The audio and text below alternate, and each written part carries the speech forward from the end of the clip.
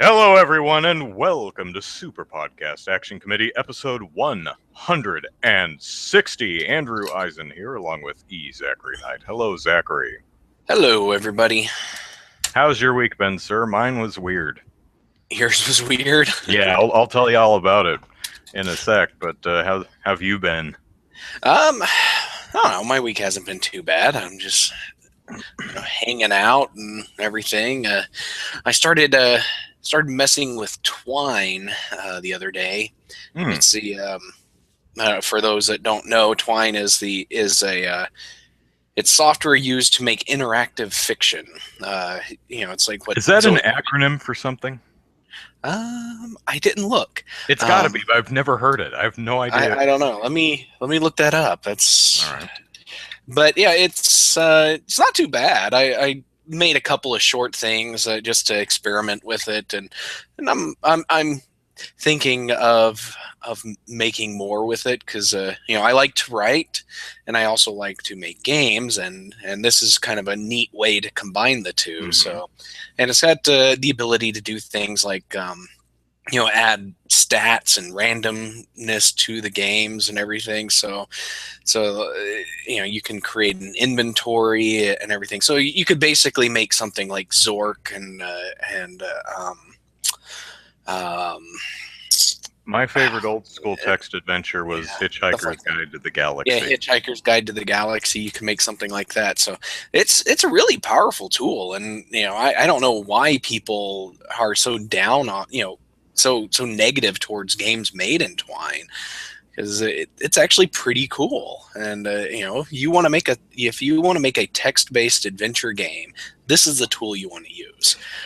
Yeah, some of them are more video gamey than others. One that sticks out to me is like a horror, a haunted house game where you can you read a bunch of paragraphs saying you approach a spooky house in the middle of the night and it's raining and the lightning crash, boom. Yeah. Do you knock on the front door? Do you ring the bell? Or do you wander around the back and peek in the window? And eventually you get inside, I guess, depending on what path you take, and you meet the host of the house. It's some spooky guy, and you have to decide, will you eat the food he serves you or the drink he offers, or will you pretend or something? And the game asks you to where you go, what you do, and you have hit points. I think there's a fear gauge. There's an inventory. So it's about as video gamey as I've seen the interactive novel genre of games. It's actually pretty interesting. Okay. But it's I haven't messed around with any games that other people have made, but that's something that I plan to do over the next week, because I just want to get an idea of how other people are using it. Because there's some interesting, just based on the cover images on Twine here, there's some interesting ones. There's one here called Hallow Moor, and it's got a blood red colored landscape with a kind of a bridge and a tower in it. Looks really, very well done art there. So it'd be interesting to see how that plays out. But the tool, you can set your own background images. You can add sound effects, music. Lots of cool things. So I'm looking forward to messing with it some more. So last week I said I had a game that I couldn't talk about because there was an embargo that I wasn't told about, other than it's strict, and never got any more details on that. So, as no one guessed, because no one really gives a damn, it's Skylanders. So Superchargers? Yeah, Superchargers. Yeah, so I'm going to move the camera, so those who are motion sick, bear with me. So this is how you play the game. You have all this crap sitting on my desk, and every time you want to do something, you have to take one off and you have to put another on, and every single time you do that, there's a 7 or so second cutscene And sometimes you need to change the character and the vehicle, and there's a separate cutscene for both. And I hate that. The game itself, divorced from this crap here, is okay. It's not too bad. It's got really what strikes me is, and I think I mentioned this last time when I talked about Swap Force, when I did that the year before last, is that I think Toys for Bob is the developer, and they obviously have a lot of love for this franchise and put great care into their character design, and there's a lot of really imaginative level design, really truly imaginative level design. There's a level in this game where you go to a library to research where the darkness comes from and how you can defeat it, and the game, you find books and you get sucked into the books and you play this kind of stylized 2D platformer, similar to the sequence in Harry Potter Part 7, Part 2, where they talk about the three things, and it switches to kind of an animated sequence. It's that kind of an idea. There's one level where you shrink to the size of an ant. There's one where you go all Godzilla on a town. There's since this one has the vehicles, there's a car apocalypse level where you fight kind of Robosaurus.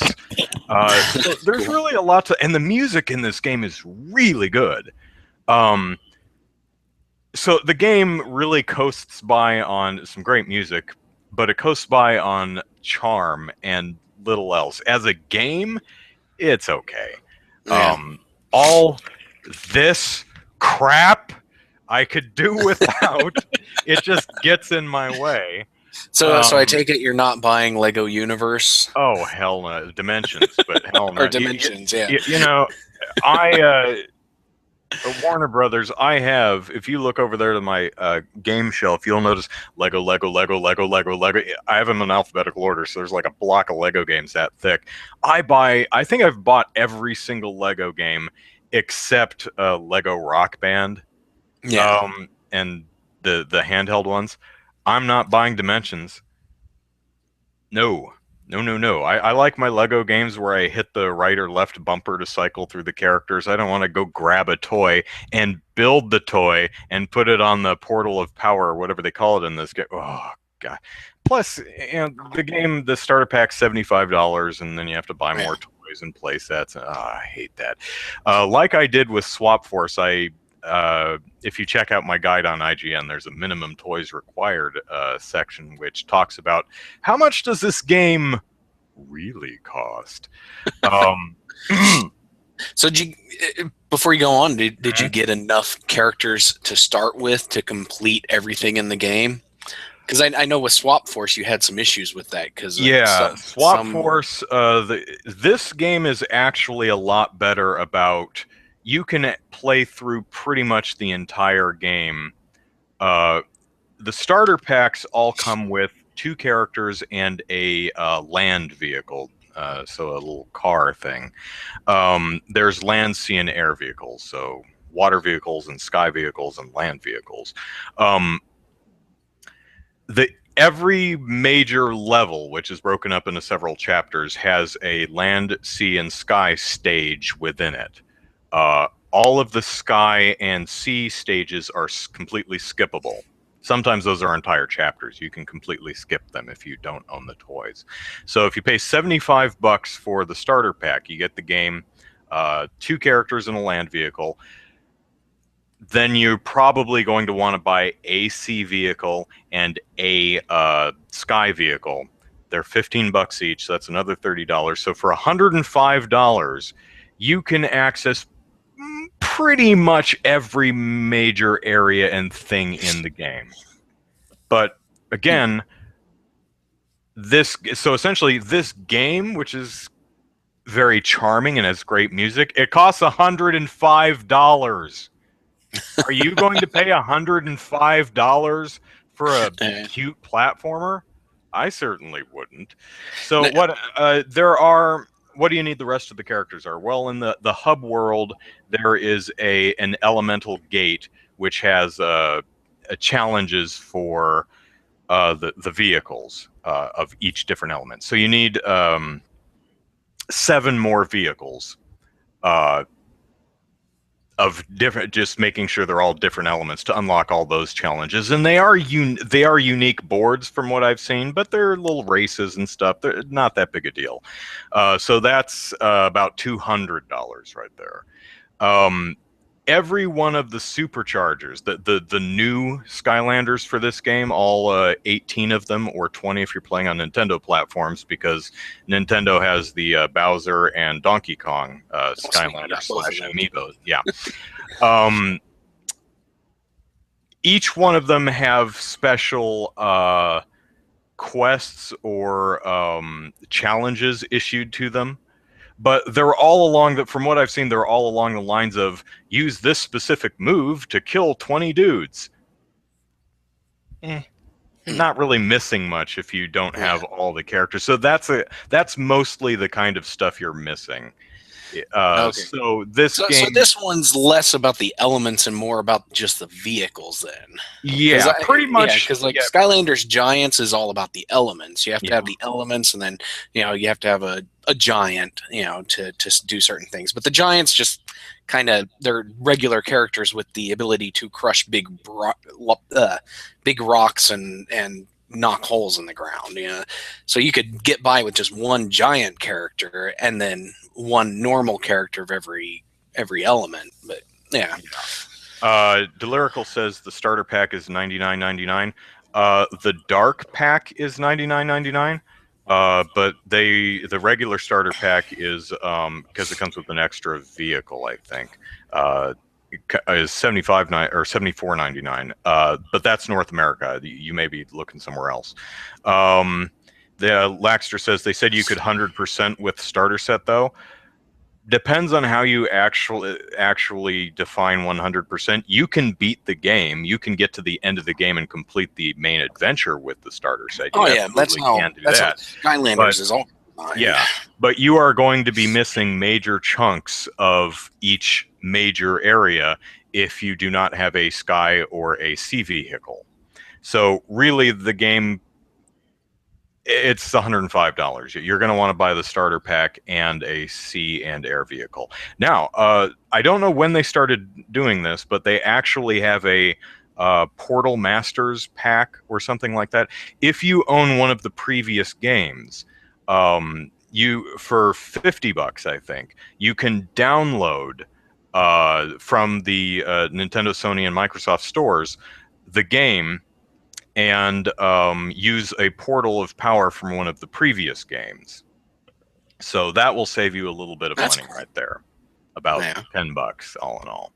Yeah, because you still got to buy a couple of figures. Well, you have to buy figures. It only comes with one character, a digital download of one character and one land vehicle, which I like this, but you don't have to swap them on and off the portal of power. I guess you can just select them in game. Yeah. So that's cool. Nice. I was actually, the reason why the video wasn't embedded on Game Politics until about 15 minutes is because I'm actually, you probably can't see it, but yeah, that's just a wash of white. I have the game paused because I'm at the final battle, and I thought maybe I could beat the game before the show, but no. So I have to factor in for Supercharger is the Toys R Us exclusive characters. I go into a lot more detail on the guide. I didn't really list of which characters are exclusive to which areas, but the let's see. As far as I know so far, the Bowser and his clown car vehicles are only available in the 3DS game. So far, these aren't sold separately yet. So you may have to spend $60, $70, whatever it is, $50, whatever the 3DS SKU costs, just to get these figures. I'm sure they'll be sold separately at some point, though. I would hope so, because there's a lot of Wii U owners who don't own 3DSs. But Laxter says, is the Wii game just a racer? It might be. I know the 3DS version is. It's actually Skylanders Superchargers Racing. So the 3DS game is a bit different. And okay, so that's what I've been playing this week. Although I've actually been spending most of the time on the guide, compiling all the pages for the individual Skylanders, of which there's about 130 different characters. There's about, if you count all the variants, it turns out to, I think, 300 or so. Wow. And one of the is this unfortunate... over the life of the series? Yeah, this is over 5 games. This is the 5th game. Unfortunately, the wikis at IGN do not have the ability to just import pages from older guides into the new guide. I have to copy the code from each individual page and paste it into each new page, and then build it out with new information. And that took me pretty much all week. I didn't really play this much this week. I played it last weekend, I played it last night and today, and I'm almost done with it. So, okay, so funny story, and we'll get to the show eventually, but this story is just, unless I tell it really, really poorly, I'll try to make it entertaining. But on Monday, I got an email, and it said, "You won a ticket to this event." And I was like, yeah, sure I did. But I clicked to see what the hell the event was, because it was from Free Speech Coalition, and I've heard of them. I know who they are. They're exactly what they sound like. They advocate for free speech rights. So I clicked on the link, and it was a legit event. And I looked at the venue. I'm like, yeah, this event actually takes place. So I called them and I said, is this a thing? And she says, yeah, you won a ticket. I'm not sure how. I guess it was just a random drawing of people on the mailing list, I guess. Possibly, yeah. So I said, okay. And it was Thursday night, which is kind of odd because I work. So Thursday night, I left work early to go to Hollywood. I live in San Diego, California. This was up in Hollywood.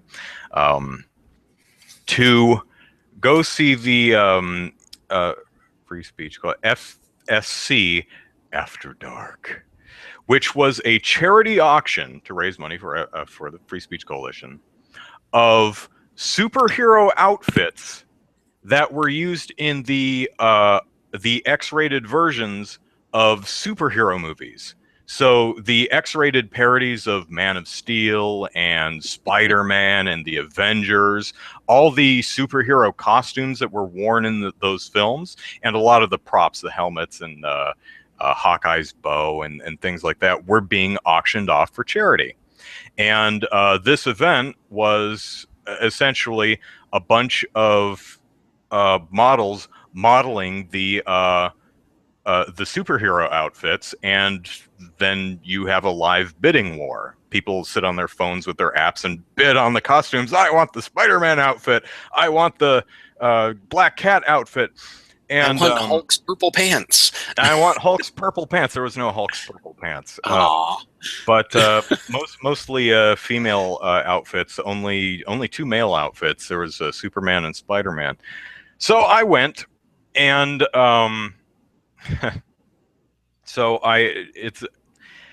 if you live in Southern California, you know that the only thing worse than the 5 freeway is the 101 freeway. The 5 goes through LA, the 101 branches off of that through Hollywood, and it is it's 5 lanes wide, but you can walk faster than any car has ever traveled on that freeway. Pretty much all day and all night, it is standstill traffic. I'm not sure what they could do. Make it 10 lanes wide? I don't know what they can do. But I knew it was, it's only 140 miles. But I said, okay, I need to be there at 6:30. I'm going to leave at 3.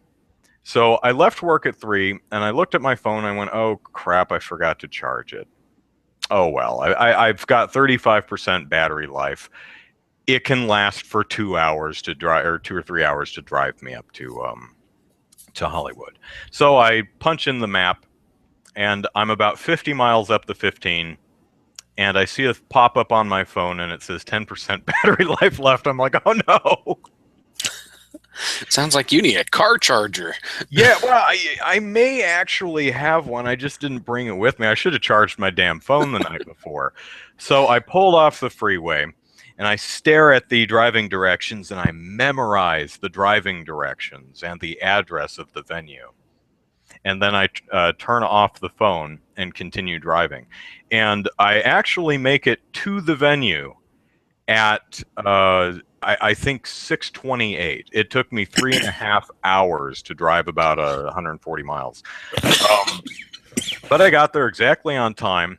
I had 3% juice left in my phone, so I turned off Wi-Fi just to conserve as much battery as I could, because I thought at the very least I could, take some pictures of some of the outfits. And going in, I had no idea if these outfits would be like really super low rent, cheesy outfits that even kids trick-or-treating would be embarrassed to wear, or if they'd be really well done outfits.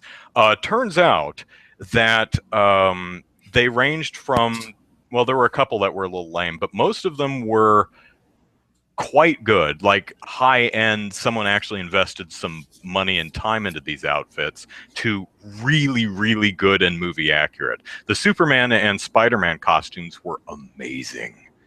And there's a reason for that. Because the Spider-Man costume was actually a cast-off stuntman's costume from the Sam Raimi film. That's why it looks so good, because it's actually one of the stunt costumes used in the Raimi film. Now, of course, the outfit's over 10 years old, so some of the webbing was starting to fray and sticking up in places, but it still looked really good. The Superman costume was actually built from the same mold that the Man of Steel costume from the movie 2 years ago was cast from. So that one looked absolutely movie accurate, and it's recent, so it looked really, really good too. So the rest of them, Scarlet Witch's costume was a little lame. It was essentially one-piece underwear with the head thingy, which is kind of comic book accurate, but the head thingy looked like kind of a modified sleep mask, just kind of pulled up on her forehead. So that one was a bit disappointing, but a lot of them were really, really good. Wonder Woman's costume was really good. It apparently was made, or at least designed, by the same woman who's doing Gal Gadot's Wonder Woman outfit for the Batman vs. Superman movie. So it's not the same actual outfit, but it's actually designed by the same person, and other than kind of a lame lasso of truth, which just looked like someone spray painted a piece of nylon rope. It was a really good looking outfit. It's not Gwen Stacy's outfit. I think it might be Silk Spider's. Her outfit was really, really cool. Basically a Lycra bodysuit, but that's what the outfit is, so it works really well. A lot of Lycra bodysuits, as a matter of fact. Black Cat's was kind of a Lycra bodysuit, but with a kind of a corset texture on the torso. And that fuzzy white collar looks really ridiculous on the page, and it looks even more silly in real life, but that's okay. Of course. Let's see. Miss Marvel's costume is really cool. I mean, it's really not much more than like a one-piece bathing suit with the red sash. It's the older version of Miss Marvel's costume, but still looked really, really cool. So, yeah, it was an interesting event. I was a little bored because I was alone. I won a ticket, and even if I had won a pair of tickets, I don't know if it was really last minute. I don't know if I would have been able to bring anyone from San Diego up with me. I had to take off a half day of work. The only other person I know closer to Hollywood than me is in Ventura, which is a little over an hour away. It doesn't matter because I didn't win a ticket. And also I felt kind of bad because I didn't know anybody there. I recognized nobody. I'm like, I am so out of my element. And I feel kind of bad because I think all of the models, while none of the people modeling the outfits are actually the actors from the movies they appeared in, which I thought was interesting, I believe they all are adult industry performers, and I recognize none of them. Not even except one. So I was watching the, let let me back up for a second. There was actually 2 auctions. There was one for just underwear, and I think these were provided by somebody. They were lingerie sets being modeled by some of the actors, and you could bid on those. I did not, because I had no juice left in my phone, and I don't think any of those outfits would fit. So the first part was all a bunch of lingerie sets that they were auctioning off, and the second, there was also a silent auction for props and gift baskets and stuff. And the other main event was the superhero costumes. So I'm like, okay, I've conserved them. I didn't bid on anything. I don't really want any of this stuff anyway. Let's see if I can get some pictures of some of these outfits. First one out of the gate was actually Scarlet Witch. And I go up my phone, I do the little thingy to zoom in, and I go boom, and it goes zoom, out of juice. Right for the I didn't get one damn picture. Damn it. I'm sure they're online somewhere, but Probably. well, I mean, you can also get the DVDs for Avengers XXX and Superman XXX. Man, the movies do not have the awesome punny titles that porn movies used to have. It's just Superman XXX. Well, that's kind of boring. Anyway, so there, this person modeling this outfit. I'm like, no idea. This person modeling this outfit. Don't know. And wearing Rogue's outfit, Mercedes Carrera. And I go, I know that one. We've actually written about her on Game Politics before, so I finally recognized somebody's name. She did a charity stream like a year ago.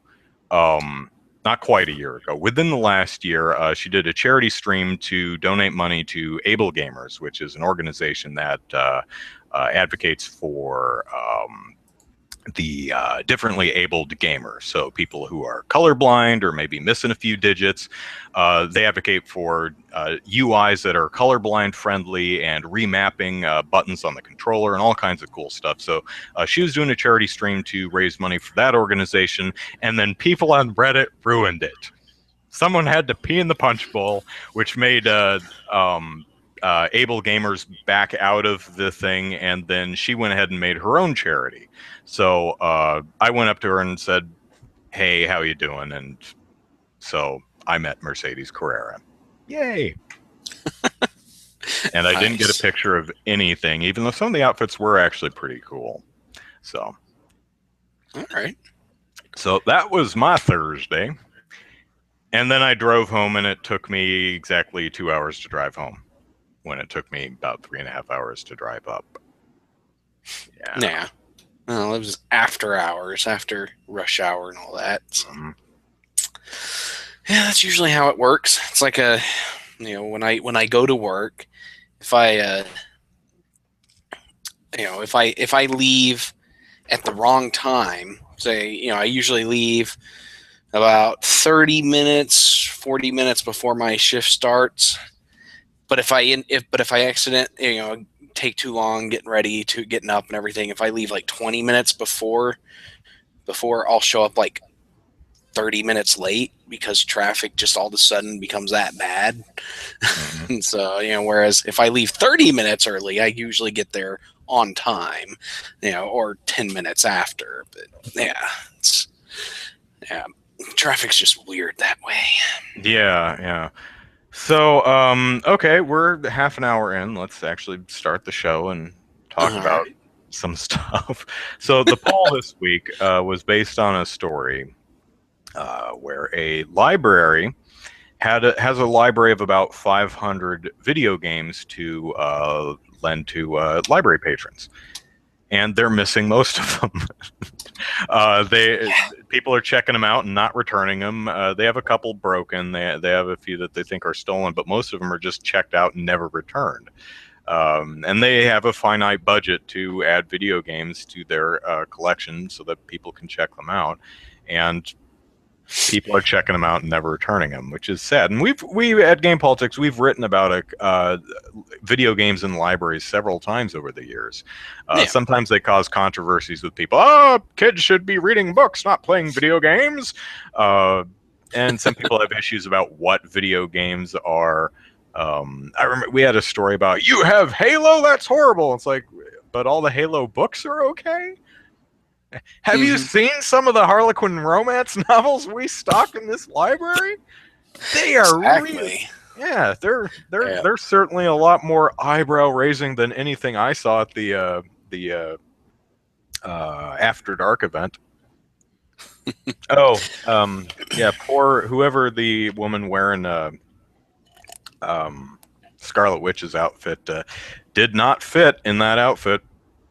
She could not move. Or she would fall out, and she did several times and had to stuff herself back in. Kind of the interesting challenge of all the models not being the original people who wore the outfits in the films. And whoever the woman wearing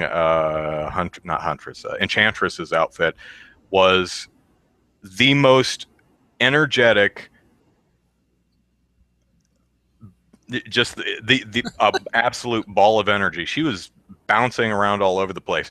There are two types of energetic people in the world. There are those who are just so full of life and a love for life that they're actually a joy to watch. You almost live vicariously through them. And then there are people you want to punch in the nose. You're like, stop it! She was on the right side of that line. She's just, I don't know who she is, but man, oh man, is she just a happy person.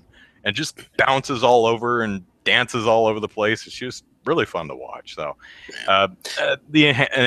who was it? Enchantress? Yeah, costume was. It was one of the okay costumes, but high energy person. Anyway, so the poll this week is asking: have you ever borrowed a video game from a library?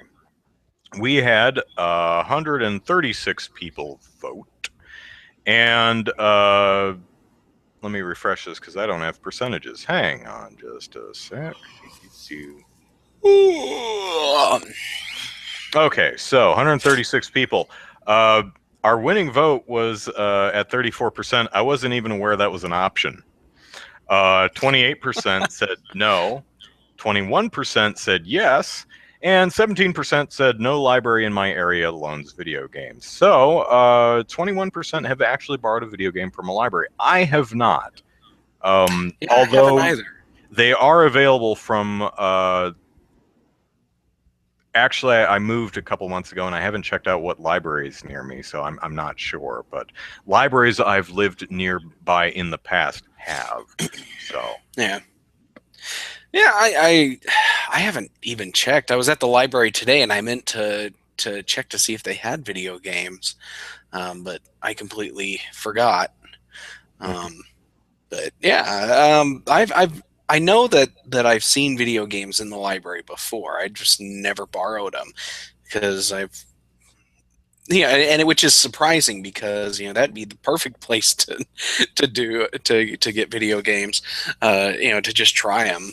Because I remember back in college, I used to check out movies from the library all the time. Just go there, pick out a couple of movies, and we'd watch those over the course of the week. Because I think you had like 5 days to watch them and then return them. Because they were different than the books. The books you got like for 2 or 3 weeks, but the movies was 1 week. But yeah, we used to check out movies all the time because it was the cheapest way to do it. Video games, though, we would rent from Hollywood Video back when they actually had video game, or when they were actually open. But yeah, we used to rent video games from them. So I don't think the library at the time had video games, and but that'd be kind of a cool place. I keep checking out Redbox because Redbox rents video games. They never have anything I want to play. And, it's like all the PS3 and 360 games are just all like, I don't know, stupid things, Saints Row and stuff like that I just don't care for. It's like, put something interesting in there. So I get all these free codes from, rent a free movie or a free video game from Redbox. I'm like, every time I get one, I look at it and then I immediately post it to Twitter, to anybody who wants to use it if they can get it. But I would love to check out video games from the library, but I doubt the selection be very interesting.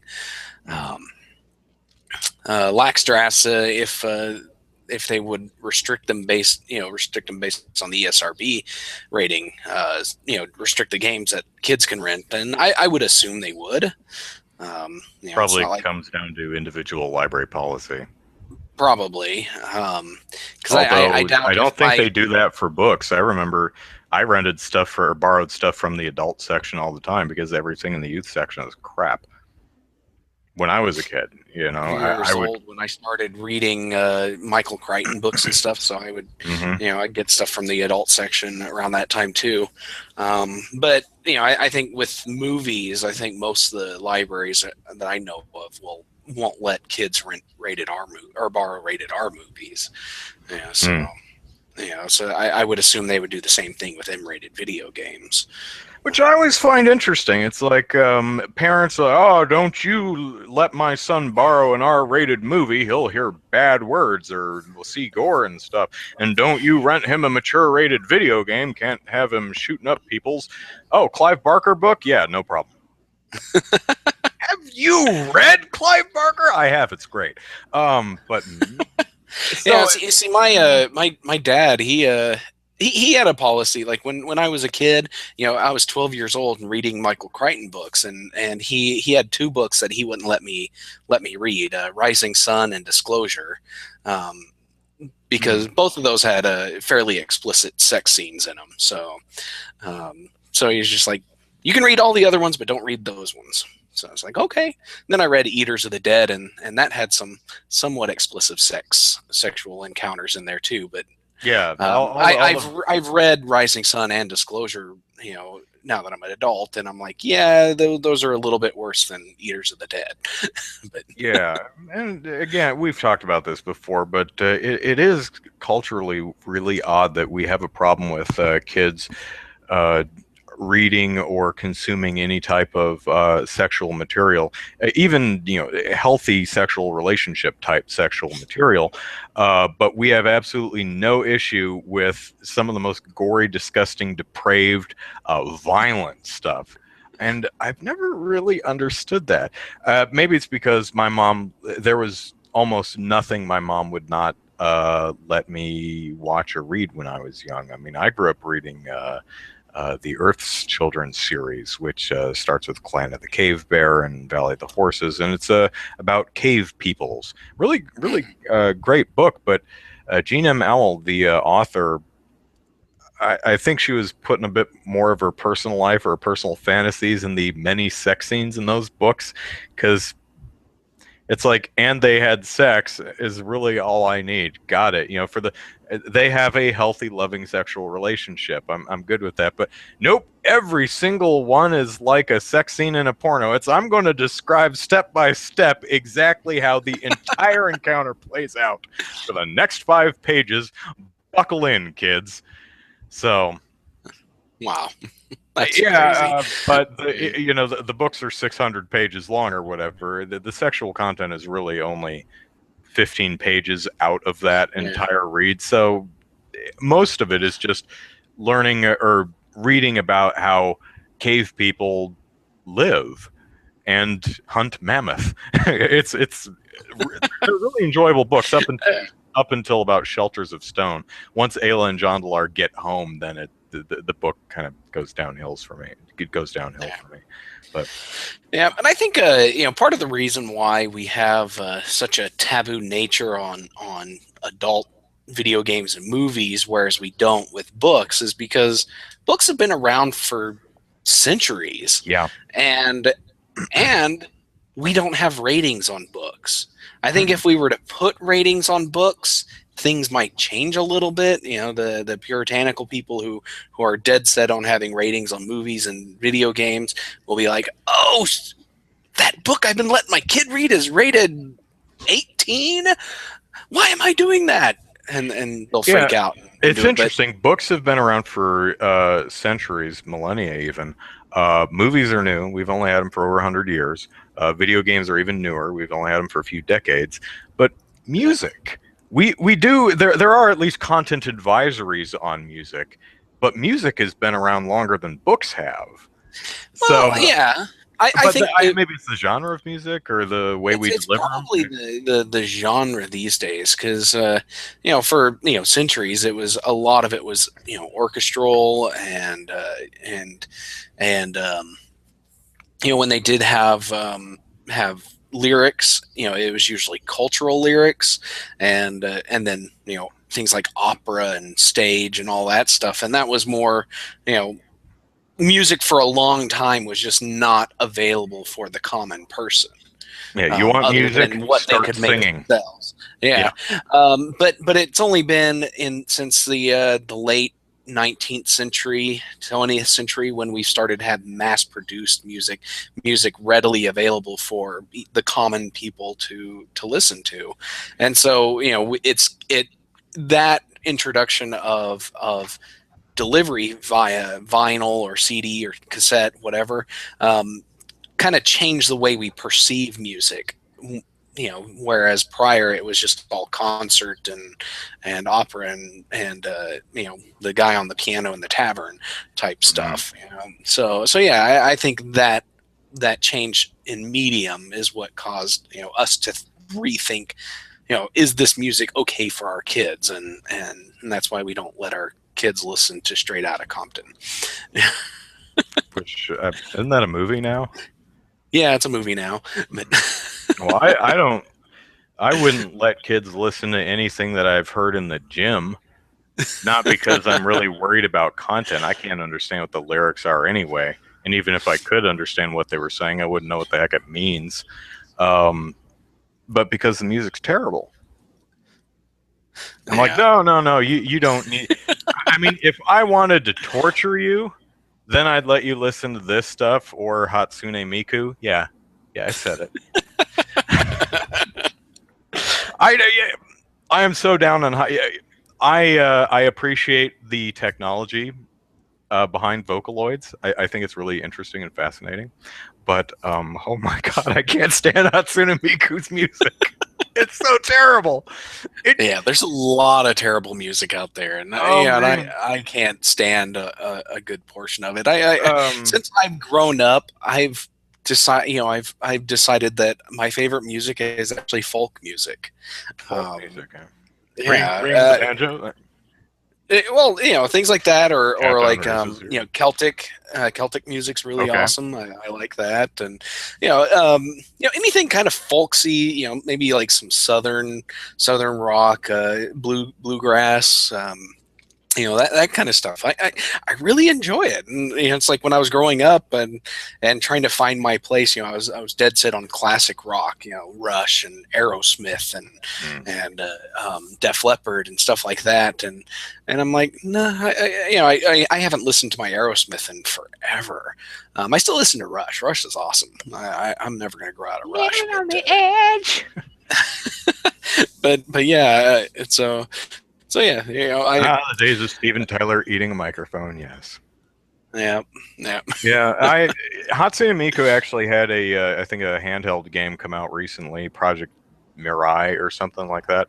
And I thought, okay, it's so popular. Let's maybe have just had some bad experiences. I'll give it a chance. I'll watch a video review just to see what they're doing with the game, because I don't even know. And so I queued up Game Trailer or GameSpot's video review. And I shut it off after 3 seconds. Because it starts with Hatsune Miku warbling in that phony... I'm like, no! And I strip my clothes off and I sit in the shower stall and I rock myself. No. I don't think I've ever had an experience like that with music, but oh man, it is like someone driving a railroad spike wrapped in razor wire directly into my ear canal. I can't stand it. But hey, I mean, if you like Hatsune Miku, her music. I actually like Hatsune Miku. I like the design. Even though I'm not sure how those sleeves actually stay on, but I think her design is pretty neat. Double-sided tape. Yeah, well, it seems to like float around her arm. I'm not sure, maybe magnets. I don't know, but I love the technology that brings her live performances to life on stage. I think that stuff is fascinating. But God, I can't stand listening to her music. It's so horrible.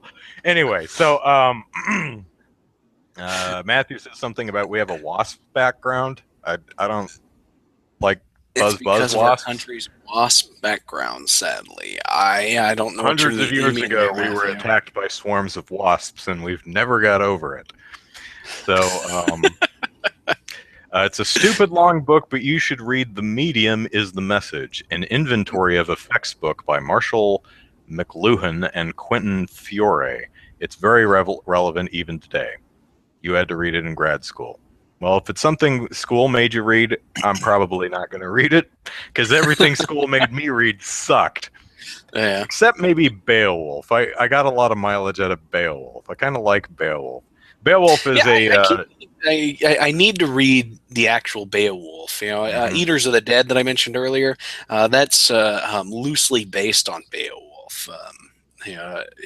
Based on the afterword I read, Michael Crichton wrote Eaters of the Dead on a dare to make Beowulf actually interesting. But so that's kind of cool. But I need to read Beowulf. One thing I love about Beowulf is a national epic. This is a country's hero. This is the guy that represents us. And he's the biggest asshole in the world. He's really a horrible, horrible person. If you read the original poem, he's arrogant and terrible, and oh man. Actually, the original poem is really hard to read because of the language that it's written in. It's written in English, but it's really hard to read English. It's like very old English. Yeah. Maybe more modern translations of it are better, or the Robert Zemeckis animated movie, which takes a lot. I've been trying to read Le Morte d'Arthur, the English translation of King Arthur, and it's really hard to read too. Part of it is because there's like very little punctuation in it. There's no quotations around anything that anybody says. So it's like, you'll be reading and it'll be somebody talking, and then all of a sudden you'll be reading and it'll be somebody else talking. There's like no break in there other than a single period. And it's just like all of a sudden the language changes and you're like, what? That doesn't make any sense. It's like, oh, never mind. It's this other knight talking. It's like, okay, that makes sense now. Mary Shelley's Frankenstein was a chore to get through, just because she has this flowery language that she takes forever to say anything. That is one of my favorite books ever. That's a great story, but my wife and I were reading it together, and we got about 3 chapters in before I started reading it without her, and she got mad at me. So I loved the book. It's a great book, and I liked it. Well, I'll tell you the one that I had a real problem with when I was a kid. I think it was Huck Finn. Is Huck Finn the one where he's on the raft with Jim and they float down that's Huck Finn. Yeah. Jim's dialogue is written phonetically, and I could not figure out what the hell he was saying. I went to my teacher and I'm like, what does gwine mean? I think it was Gwine. And I'm like, she sounded out. I'm like, I've been sounding it out. I've got most of it, but gwine? I don't understand this one. She's like, it's going to. I'm like, I don't even gwine. I'm gwine to the market. I'm gwine the mark. I'm like, oh God, that book was a chore to read. Just because Twain, for some reason, decided to write everyone's. In most books, people will say, "Hi, how are you?" he said in a thick Cajun accent, rather than actually trying to phonetically write out the dialogue. Oh, I don't know. man, It's always interesting when, if somebody can get it right, it does read yes. really well when you get a dialect written in there. But other times, you can write in poor grammar when somebody's talking, and you can capture that. But yeah, I agree that you should probably write things in a way that people can actually read them. Even if you are writing terrible grammar, it should be something that you could actually read and follow. Because if you can't follow what they're saying, and you're supposed to be following what you're saying, you're doing it wrong. Yeah. Am I criticizing Mark Twain? You bet your ass. Mark Twain. I like Mark Twain. I'll criticize Twain. I'll criticize Hatsune Miku. You can't stop me. I'm a rebel. It's just the kind of guy I am. Brad says, what's with this talk of books? Books don't have 60 frames per second. They do if you read really fast. Yeah. Okay, but you're right. Imagine 60 pages per second. You'd be reading like Johnny Five from Short Circuit. Yeah. Input, Stephanie. Wouldn't you like to be a pepper too? Oh, my youth. That's a great movie. Whatever. If you haven't seen Short Circuit, Short Circuit is great. You should watch it. The second one, not so much, but it's still the it's a second great one's worth watching. Yeah, it's worth watching because it ends the saga and so much. But yeah, if they remake that movie, I'm going to be ticked. Speaking of which, I've read a rumor that they're remaking Forrest Gump. Why? I have no idea. It's like, okay, does Forrest Gump not stand up to the test of time? It's like, when I picture somebody remaking a movie, and this is like a movie that should be remade, it's because the original movie just doesn't hold up. It's a good movie, but if you didn't grow up in that era, you just have no clue what's going on, and so you update it to where it's understandable by today's audiences. But that's not what Hollywood does. Hollywood just says, that movie was very popular, let's remake it. We can spell this name. Yeah. Okay, so on topic now. Matthew says movies are better than books. They're at least 24 frames per second. Yeah, there you go. So there was a developer this week who took a little bit of an issue with Twitch's stance on streaming adult-flavored games. This person has, let's see, who is this person? Robert Yang has made 2 free games, Cobra Club. Maybe Cobra is euphemism for penis, and Rinse and Repeat, which is a showering simulator, from what I understand, where you scrub people in the shower. Okay. I haven't played it, so I don't know if there's a point or if there's more to it than that or what. But these actually made Twitch's banned list. You're not allowed to play these games on their stream, and Robert Yang, Robert says that Twitch's policy effectively means that sex in games is acceptable when it's used for. Let me back up a little bit. Twitch's rules don't really seem to care about the context of nudity, more the amount of nudity that's in a game. I browsed through Twitch's rules, and about the only thing I could find is nudity can't be a core focus or feature of the game in question, and that's it. Modded nudity is disallowed in its entirety. Occurrences in-game are okay, so long as you do not make them a primary focus of your stream and only spend as much time as needed in the area to progress the game's story. So so you can play God of War and play through the sex minigame and move on. However, Robert Yang's game, which is a game with full frontal nudity, I'm making a guess here, because there are people in a shower where you scrub-a-dub-dub everyone in the shower. That's not okay because the focus is there's always nudity.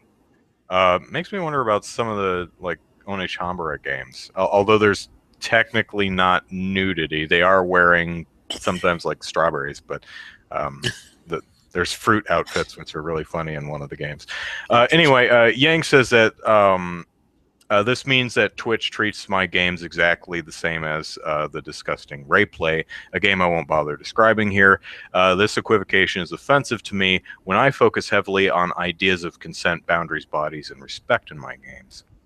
It goes on to say that Twitch's policy effectively means that sex in games is acceptable when it's used for titillation and crass exploitation, but not when it's essential to a game's value as an artistic work. Given the somewhat tame activity of showering on display and rinse and repeat, this is who is it? Game Industry Biz's words. Given the somewhat tame activity of showering on display and rinse and repeat, Yang also suggests that the ban raises a question of systemic homophobia in Twitch's policy. Now Yang's words, gamers want so desperately for games to function as art, to witness games about the depth of human experience. And here is Twitch, a crucial platform in games culture that had 44% live streaming market share in 2014, insisting no, games should only ever snicker about sex and nudity, like some stoned tweens clutching smuggled Hot Pockets in the back of the movie theater. The idea that nudity and sex are allowed on Twitch only when it's tangential and exploitative is a regrettable policy. It sends conservative messages for what is allowed to be a real game and discourages artistic experimentation from developers for fear of being banned from Twitch. Now, Zachary, what do you think about Twitch's kind of vague stance on sexually explicit acts or content of the video games that are streamed? Nudity or sex can't be a core focus of it can be part of the game, but it can't be a core focus of the game. Do you think they should revisit that? I don't know. That's, I think there's probably some room for improvement there, because I think what they might be getting at is, there's a difference between an R-rated movie and a NC-17 or an X-rated movie. It's like, in the way things are treated there. But I think, but as he's describing here, that,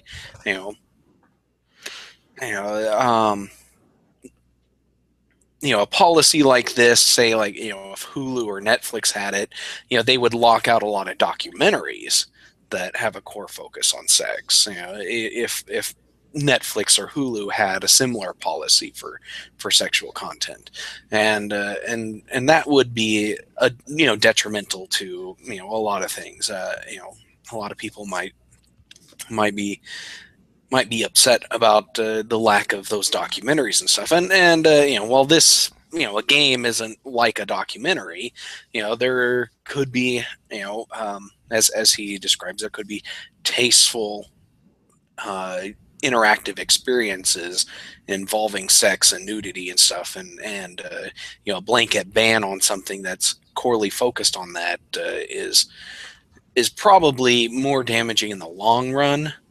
But yeah, I don't see a reason why there should be a blanket ban. Perhaps there could be a way for developers to appeal Twitch's policy, say, hey, my game is not gratuitous or exploitative. I would like you to take a second look at this and decide whether you actually want to block it. But other than that, I don't really see a need for it. It's not like people are just going to be browsing random Twitch streams and then just all of a sudden, be presented with RIAA and they'll be forced to watch RIAA for 30 minutes. That doesn't happen. People go search for specific games on Twitch, or they check to see what their favorite Twitch streamers are playing, and decide if they want to watch those particular streams. So I don't see why the policy is needed so much as Twitch seems to think it is. Well, and to be clear, Twitch can do whatever the heck it wants. Yeah, it's service. We're not saying Twitch needs to do this or shit, and we're just if I ran Twitch. Twitch doesn't need to be forced to do anything, but they could do what they want. But Brad says his argument against Twitch is BS. Honey Pop is also banned, but I'd rather Twitch not ban games. Yeah, I'd rather games have, if it's a concern for enough viewers, say, okay, games with explicit content need to have this game being streamed has explicit content. If you're okay with that, click here to watch it.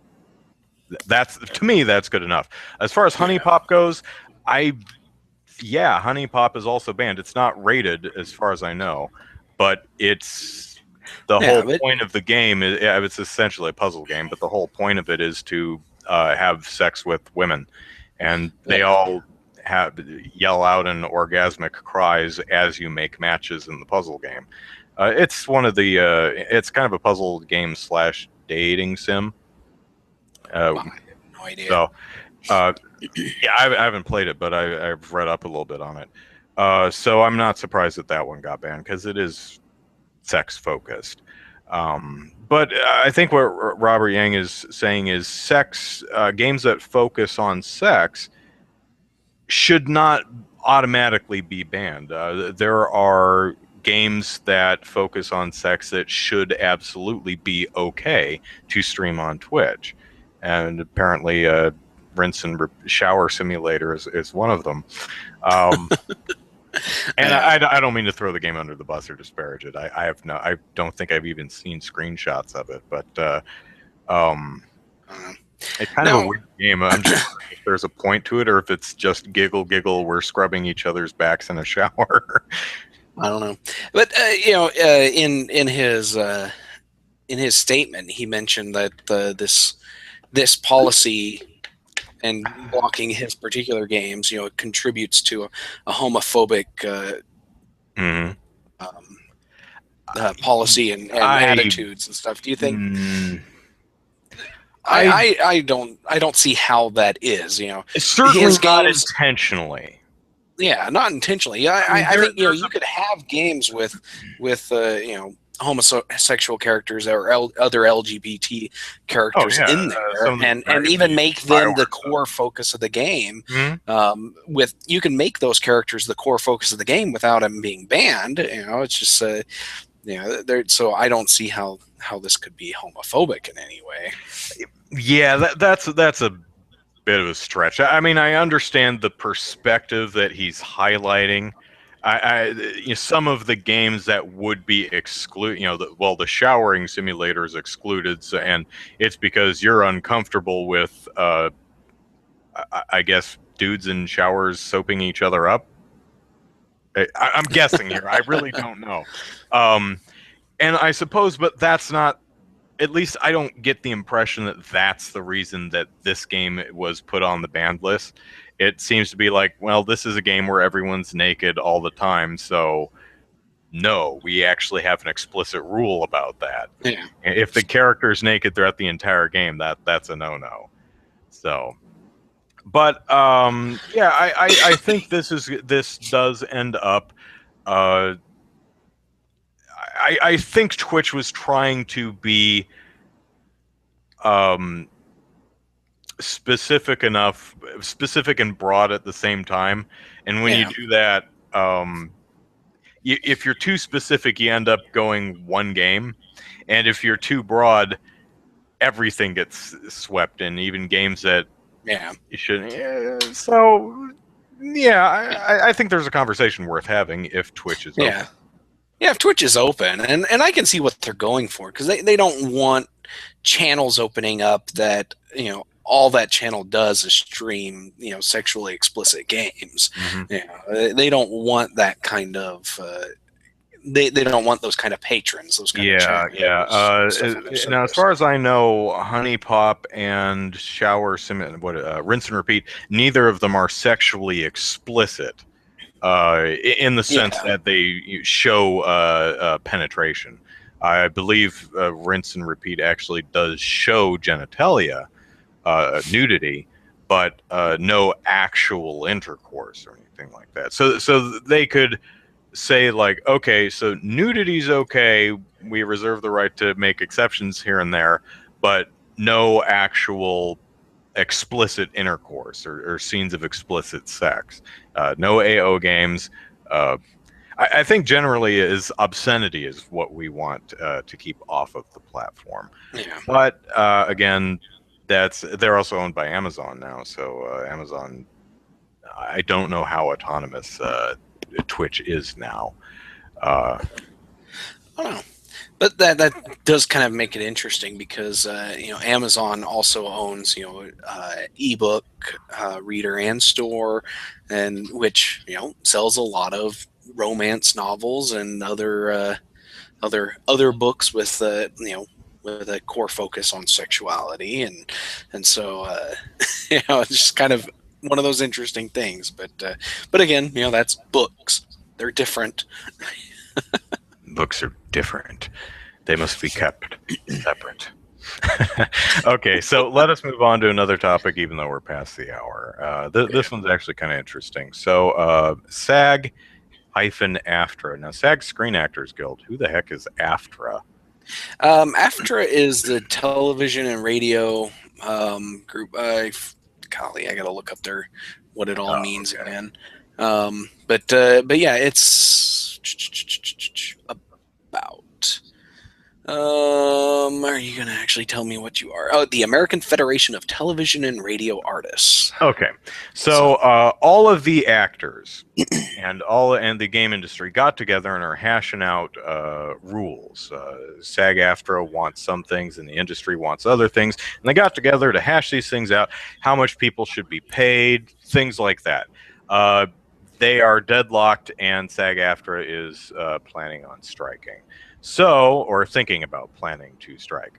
Who knows? Well, I believe voting is actually open, but they don't have voting closes like late October, I think.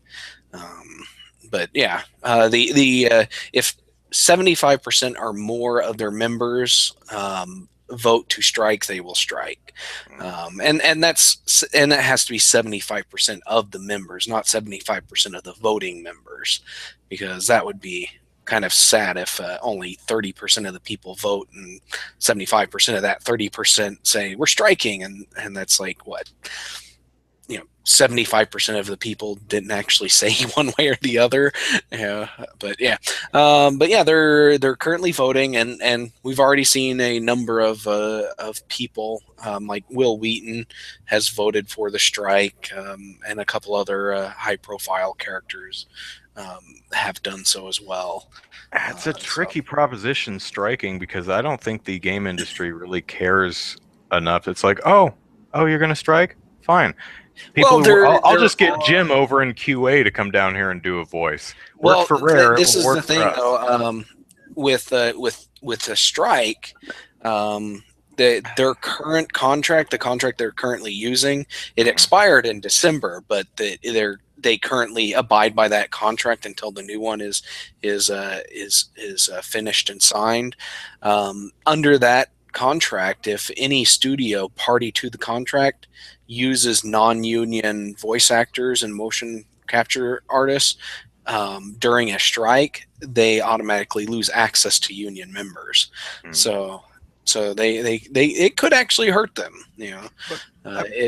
Nolan North is the only person in the entire video game voice acting union. I mean, I think we can get by without the use of one guy. In fact, I think it would be fine if one guy wasn't doing the voices for every single video game. I'm exaggerating. I'm just kidding. Yeah. We love you, Nolan.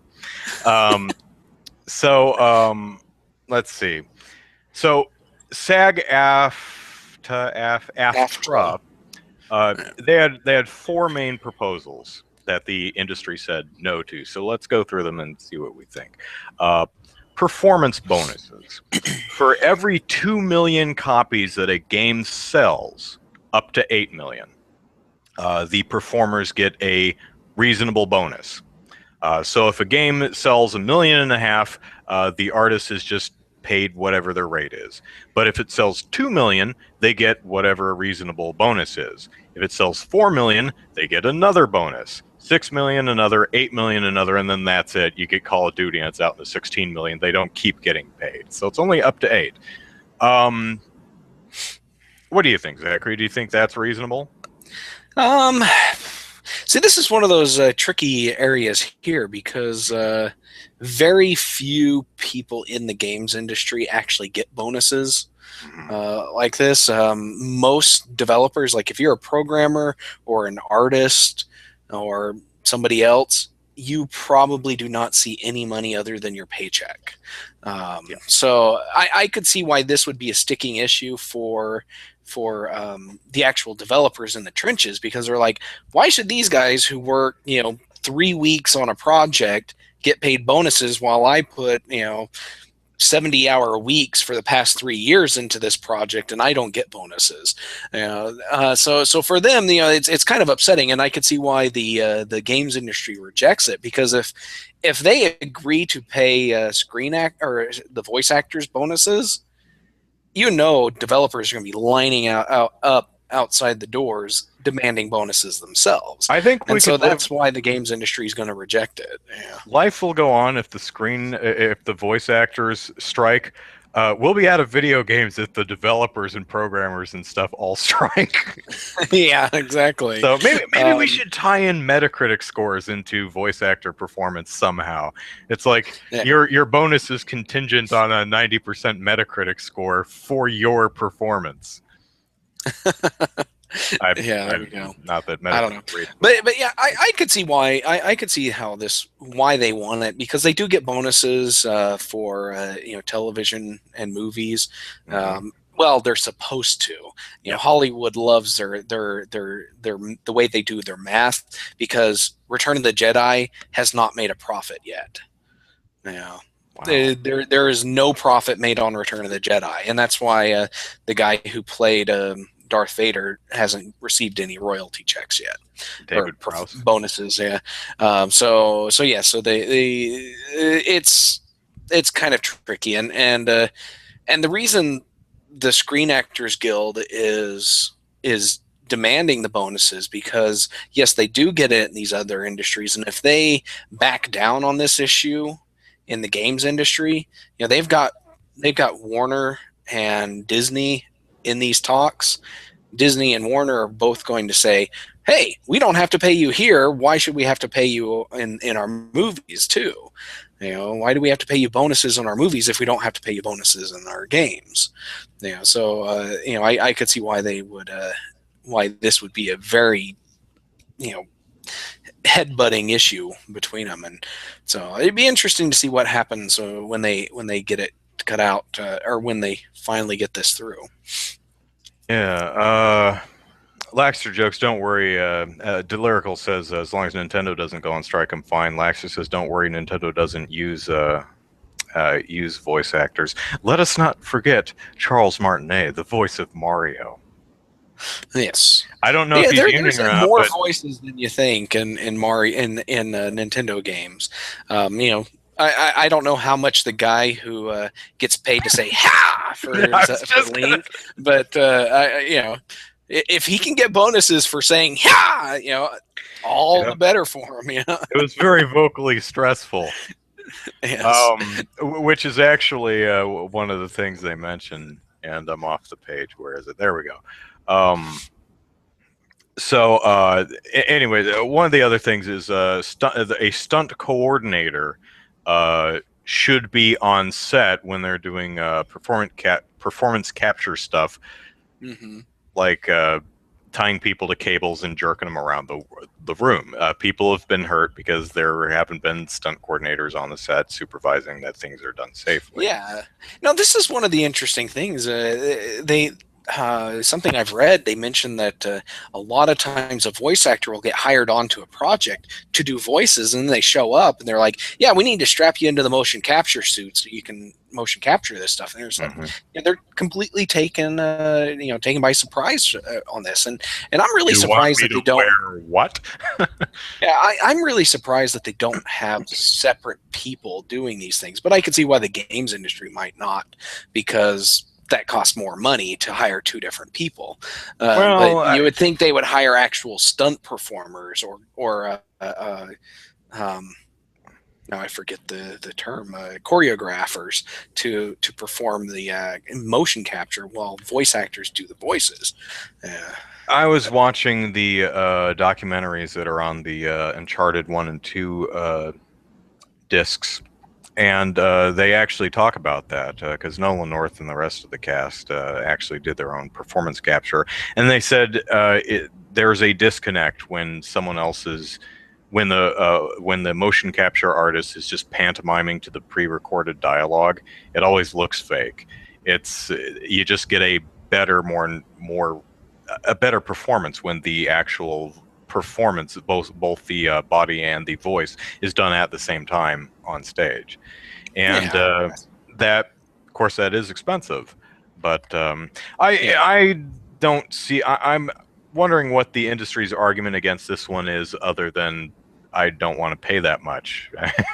Yeah, you got to pay for a stunt coordinator. If they can't get a stunt coordinator, when they need it, that would delay a project. So I could see why they could do that. Yeah, but that's a safety thing. So yeah. And related to this is vocal stress. They want the SAG-AFTRA want to get stunt pay for stressful vocalization. So like if they have to yell repeatedly or talk in a that kind of voice, that can really mess up your throat. If you have to do that over an extended period of time. And so I could see why they would try voicing any given episode of Dragon Ball Z. Yeah, yeah, exactly. Okay, go again. I can't. Yeah, and go ahead. I was just moving on to the next topic too. Yeah, so the last one is transparency, and they want to know what they're working on, what the name of it is, how long, how many sessions they're expecting it will be, what rating that they're aiming for with the game. Will there be offensive content? Will the sessions be vocally stressful? So super duper transparency as far as what am I getting myself into. And I imagine the industry is balking against this one because they're afraid of leaks and spoilers. Yeah, and this one, that's the only thing I can think of is they don't want leaks on certain games, and to me that could be easily fixed by including a non-disclosure agreement in this contract itself. Mm-hmm. You just say, okay, we'll be transparent with you as long as all of your people are party to a general non-disclosure. It's like by participating in this audition, you agree to not disclose what game you're auditioning for to any third party. Mm-hmm. That would fix it. And I am certain the SAG-AFTRA wouldn't mind doing that at all. Because what's the difference between waiting 6 months? You can put the game on your contract or on your resume now, or you can wait 6 months to do it. There's not really a whole big difference between that. Yeah, I think some of the stuff about transparency, as far as is there any offensive content? Like, am I going to have to be making weird sex noises on into a microphone for this game? Yeah. I think that would be something that the industry would want to disclose, because if they do end up hiring an actor and the actor gets on set and they're like, okay, make weird sex noises, and they're like, no, bye. Well, now you've just wasted your time and you're eating up costs. I mean, maybe you have your own sound studio at the development company, but a lot of developers rent out a sound studio for a day or week or however long this takes, and they just lost money. So I think there are things to negotiate here. As far as the game industry, the game industry, according to SAG-AFTRA, came up with its own proposals, and here they are. Our employees propose, okay, I'm not gonna read it. Talent gets fined $2,500 if they show up late or are not, quote, attentive to the services for which they've been engaged, end quote. Now I can understand why. Okay, showing up late, maybe $2,500. I don't know if they're making more than like $3,000 for the entire thing. I mean, you show up late, you get a flat tire. and you've just lost your entire paycheck. But Yeah. the whole fine you if you show up late or are not attentive. I don't know how accurate that reporting is, but that's really, really vague. Well, this is actually because they have a PDF of which has copies of. Sweet. It has excerpts from the games industry's edits to the contract, and it is pretty much what they say. It's not the exact wording, but let me see here. Yeah, so we've got 9B. So it mentions it's got these different scenarios where it's like once an engagement is accepted, the performer shall appear at that session on time, ready and willing to perform, and attentive to the services for which they have been engaged. And then there's a couple other ones in there. And then down here it says the parties acknowledge that damages for violations of 9B1, 2, and 5, which 2 is they only submit their own audition tapes, which I guess I don't know if they have problems with people sending in audition tapes with other people's work. But yeah, this says if they break any of these 3 specific ones, they get a $2,500 fine. Yeah. And that one needs to be tightened up. Yeah, I think that one needs to be tightened up. I don't know. $2,500 seems a little unreasonable for being. How about $50? Late. I mean, I got a flat tire, or I slept in. $50. Okay, really $2,500? Maybe contingent on how late you are, and if there's not an excuse, or if you're repeatedly late. I don't know. That yeah. I don't know. Discussion to be had, I think, at least. I'd love for them to record these debates so we can just see if they're just completely talking past each other, if they're actually trying to compromise on anything. The next one is, which I don't understand at all, so maybe you can explain it to me. They're going to fine the talent's agents $50,000 to $100,000 if they don't send them out on certain auditions. Yeah. This one, seems like it's a, because they put in parentheses there, like atmospheric voices or 1 hour voice sessions. And I think what they're saying there is that, oh, you're not good enough for this small part? Yeah, exactly. That's pretty much what it is. It's like, it's like, if you're a screen, if you're Will Wheaton or Felicia Day, do you really want to waste your time playing the fruit stand owner that you're just going to walk by in Get one your town? Papayas. Okay, thanks, Felicia. Off you go. Yeah, it's like would you really want to waste your time doing that? You want to be in a major role in a game, and so they're like, okay, so a video game company could theoretically send an audition request to Felicia Day's agent for a minor role, and Felicia ignore it, and the game company just made $50,000 because they could find the agent. I'm not feeling this one at all. Yeah, I'm not feeling this one at all either. I think this is kind of a really dumb move. As a person, I should be free to reject any audition that I want. Because I don't think that's necessary. I think you're going to have plenty of voice actors clamoring for the smaller roles because, well, Nolan North and Troy Baker have stolen all the others. Yeah, it's very interesting. I think I don't see how the games industry could conceivably make the argument that this is necessary. I mean, even Peter Dinklage's voice can't hang around because the producers are like, get Nolan North for this part. And they're like, but dude, we got the Peter Dinklage. Maybe you didn't hear what I said. That's not Nolan North. It has to be Nolan North. Nolan North is the one, the only. We still love you, Nolan. Let's see. So they also proposed that they should be allowed to hire their own employees to play characters in video games without having to join the union.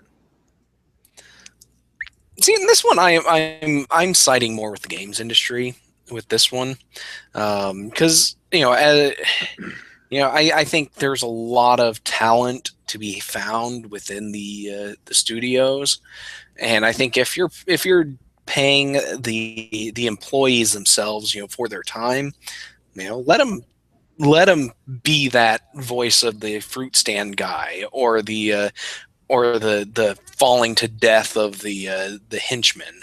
If they want to do that, I think that's fine. All of the characters in Conker's Bad Fur Day were voiced by people at Rare.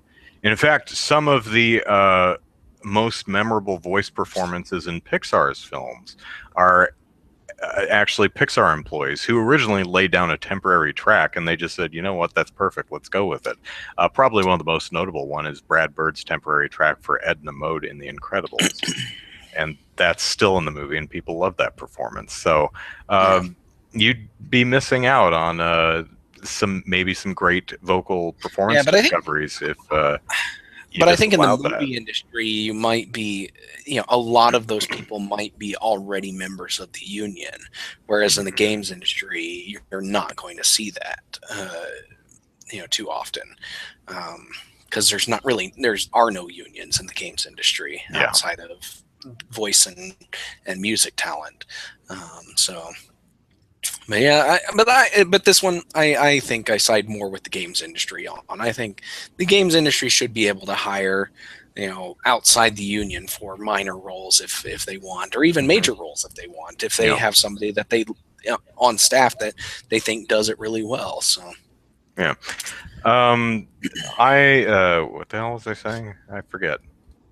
Is that it? Are we done? Is there one more? There was one more. There proposals to reduce integration reuse fees and allow the sunset of cloud gaming provisions that roll back the games. I'm not entirely sure what this one is. Yeah. Maybe, the reduce reuse fees, maybe if they do an HD remake of a game, does it cost less, if it costs less to reuse the voice track from the original game than it is to re-record those voices, I could see why that might be an issue for SAG-AFTRA, because it's still their performance, and they're using it in a second game. Technically, it's a second game. So if The Last of Us, it had the definitive edition or whatever it was called that came out on the PS4. So the voice actors would want to be paid a second time, even though they reused all the original sound recordings, voice recordings from they didn't re-record all the dialogue, just use the same dialogue again. It's interesting though, because it's the same game, it's the same performance, but I guess they want to be paid again for it because it's kind of a new game, and then I guess the bonuses come into play too. So if the definitive edition sells 2 million, then they get bonuses again. Money. Yeah, that would be kind of interesting. If you hit your 8 million bonus for the original release of the game, and then the company did an HD remake of the game, would that start over your bonuses? That would be kind of interesting.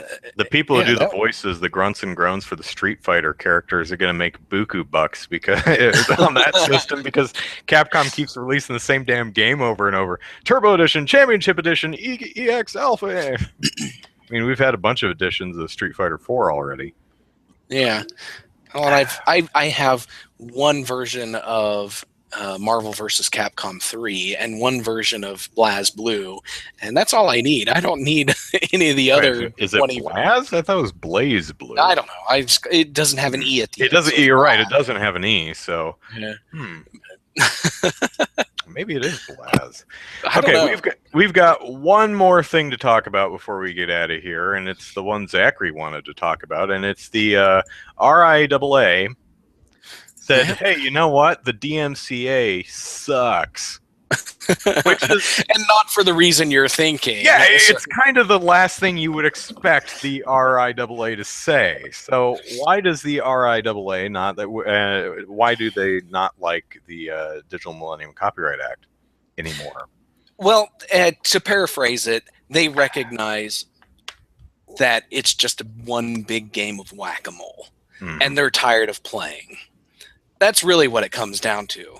They still want ways to fight piracy. They're just tired of playing whack-a-mole to do it.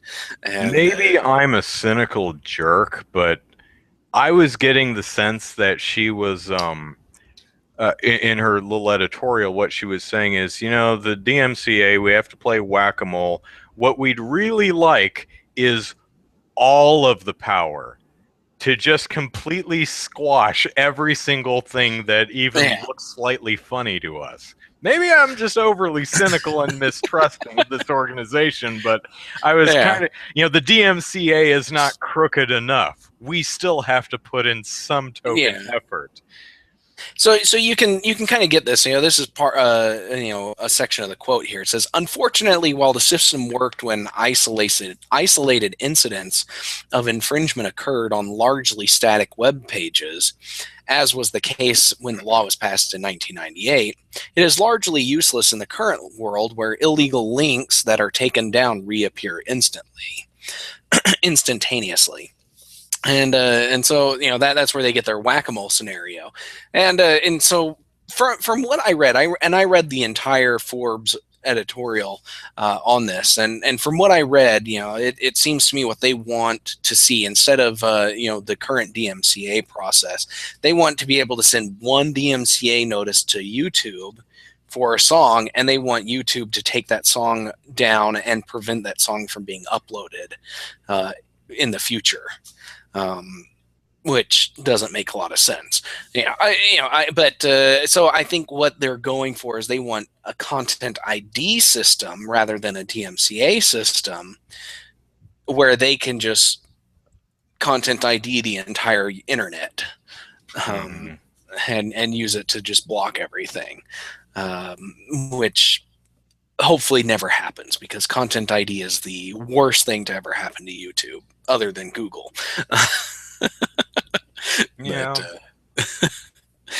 So Matthew says that the RIAA, the MPAA, and the ESA should all be hurled into the sun.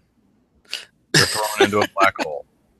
Yeah, they don't have a lot of love in this. Well, none of them do much for me. I used to be pretty on board with the ESA, and the ESA does some interesting things, like with the state of the industry that it does every year. I appreciate that report that they do, and they were integral in the creation of the ESRB, which is actually a pretty good and mostly autonomous group. So, and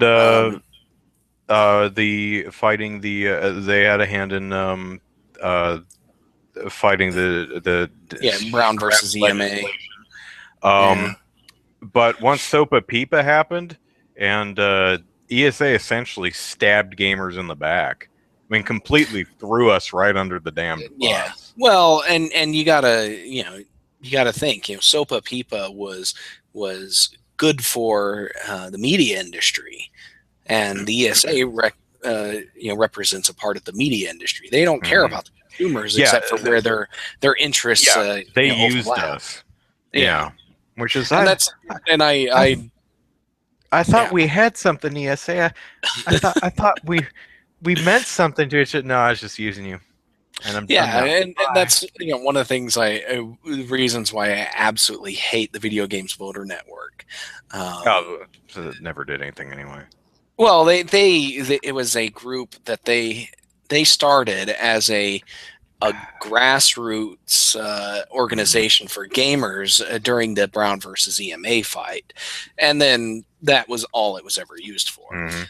It's just completely terrible group, and they don't do anything worthwhile. And every time they mention something slightly interesting, it was like, oh, well, what do you think of SOPA and PIPA? And I never get a response, of course. But the ESA would never let the VGVN take a stance on an issue that's actually pro gamer, but not so good for the games industry. And I understand that the ESA represents publishers, not gamers. So they represent the interests of publishers, but when you think about it, the interests of gamers should be in the interests of the publishers, which the ESA represents. So I would think that You it would would think. be in its best interest to not do things that would outright piss off pretty much every single gamer who's bothering to pay attention. So You would think. I would. But anyway, Yeah. I think that is our show for this evening. We went a little long because I had my stupid story that took about 20 minutes. Long story 29 short, minutes into the episode, into the show is when we actually started the show. Exactly. Long story short, I need to watch more pornography because, man, I'm in a room full of adult actors and I don't recognize any of them, and I felt really bad. But as my dad consoled me, and he said, "Don't worry, Andrew. None of them recognize you either." So, I mean, how amazing would it be if? God, I'm trying to think of it. Mercedes Carrera. How amazing would it be if Mercedes Carrera came up to me and said, "Oh my God, you're Andrew Eisen. I've seen your YouTube videos. You're awesome." I'd be like, "Holy biscuits! That's amazing. Someone knows who I am." I've actually never been recognized on the street. No, that's not true. I've never been recognized on the street for my YouTube stuff. I was at a gas station. I did plays when I was in high school and college and stuff. I was at a gas station getting gas, and a lady in the next pump over is like, "Do I know you from something?" And I said, "I don't know." And she said, "Oh my gosh, you were Frollo in The Hunchback of Notre Dame." I'm like, yeah, like 4 years ago in high school. And she says, "You were amazing." I'm like, holy. Now, I was still in Glendale, Arizona, which the high school was literally a mile up the street. So I was still in the same area. So I guess that's not too surprising. But that one was kind of weird. I guess it was my voice that really confirmed it for her. She heard my voice and she, "Oh, that voice." And she's, "Oh, you were Frollo." So that was pretty funny. But Laxter says, "You're the guy who made his mom watch him masturbate to a kitten." Yes, and that video now has 250,000 views. It just hit 250,000 today. And for some reason, I'm incredibly proud of this, and I keep bragging about it. I litter my social media with say, "Hey, I made a video where I masturbate to mewling kittens, and then I showed it to my mom, and that video has 250,000 views." So, let's go for 300,000. Woo! Anyway, let us plug our stuffs and get out of here. Andrew Eisen here. Eisen is the last name. Plug it into YouTube, and you can find wonderful videos like mom reacts to son masturbating, which is by far my most popular video. I'm not sure what that says about me or YouTube. And the weirdest thing is that I looked at the analytics for that video, and well over 90%. No one's actually. It wasn't like it was hosted on a popular website, and that's where it got attention. It's found primarily through YouTube searches. So I don't know what people are searching for on YouTube where they're coming across this video. But anyway, I'm glad you're enjoying it. Twitter at Andrew Eisen, and my Facebook page is Andrew Eisen YouTube. So there you go. Zachary, plug away. All right, you can follow me on Twitter at EasyKnight, and you can follow my game development work at DK_gaming on Twitter and DivineKnightGaming.com. And if you're interested in the Oklahoma game development scene, it's okgamedev.com and okgamedevs on Twitter. And if you're interested in some not-so-serious industry-related stuff, check out rustyoutlook.com and rustyoutlook on Twitter. And there you go. Okay.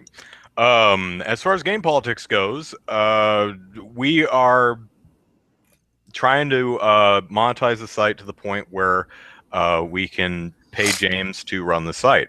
Right now, we are all working full-time jobs and doing the best we can with game politics in the spare moments we have, which is why you're seeing less articles right now, and you're seeing kind of really sporadic updates. Like throughout the last week, I haven't done almost anything with the site because I've been, Skylanders, which is taking up every spare moment I have. But James is working all day, and then he comes home at night and tries to bang out like 3 or 4 articles. And Zachary and I are trying to contribute where I can. So I hope you'll stick with us because we're going to try and position the site such that we can hire James on full-time as managing editor, and we'll be back up to having a slew of stories in the first half of the day on weekdays. And we also have some other things that we would like to do, but that's going to be contingent on how well we can support the site. But at the very least, Game Politics will be there for, and boy, I think I've got bruises on both of my hands from pull-ups. I had to do 105 pull-ups today. My trainer, I don't think she likes me very much. She's trying to kill me.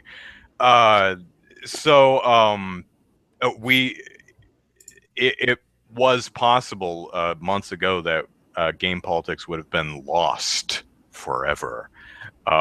But at the very least, we have it up and archived, and you can search through our decade history, and some really great stuff in there. And our search box actually works now, so unlike the last site. So whatever you think of WordPress, the search box does work now. Anyway, I do appreciate all of you, your patience and your suggestions, and helping to keep the community alive. It's going well so far. Our page visits are pretty good. You guys seem to be putting up with the ads, and I think our ad platform is a hell of a lot better than the one we had on the last one. And we're going to try something new in the coming weeks. Maybe this week, maybe next. I'm not sure when, but the surveys, don't know how intrusive those are gonna be. They should only be like one quick single question survey that pops up once. That's our understanding of it. And then they eventually go away because there's a certain number that are bought and paid for. So hopefully you'll give it a chance, and we'll see what happens, because we're all really nervous about it too. But yes, we are. We need money. Because I had someone on Twitter, it's like, why don't you just hire someone to design a brand new site? And it's like, because we have literally no money.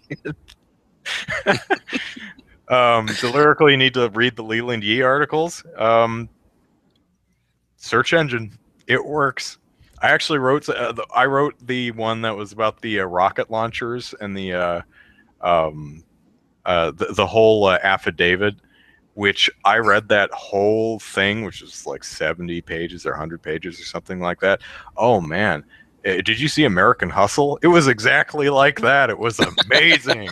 So yeah, there's some great stuff. That's the Leland Yee saga. That one's pretty good. 38 Studios is another good one. Jack Thompson, of course. You know, if you want to delve into like 4 years worth of articles to read Jack Thompson. Well, I think probably one of our biggest ones is the I think it's like the 6-part disbarment trial that Dennis wrote. Yeah. Oh man, that thing is epic. Not just from Dennis's reporting on it, but just the content of that thing. It's amazing. Just what was going on. Because Jack was a character. Remember when he killed a fax machine? I forget who it was. I don't know if it was Facebook or someone else, but he apparently he faxed them so much that the machine gave up the ghost.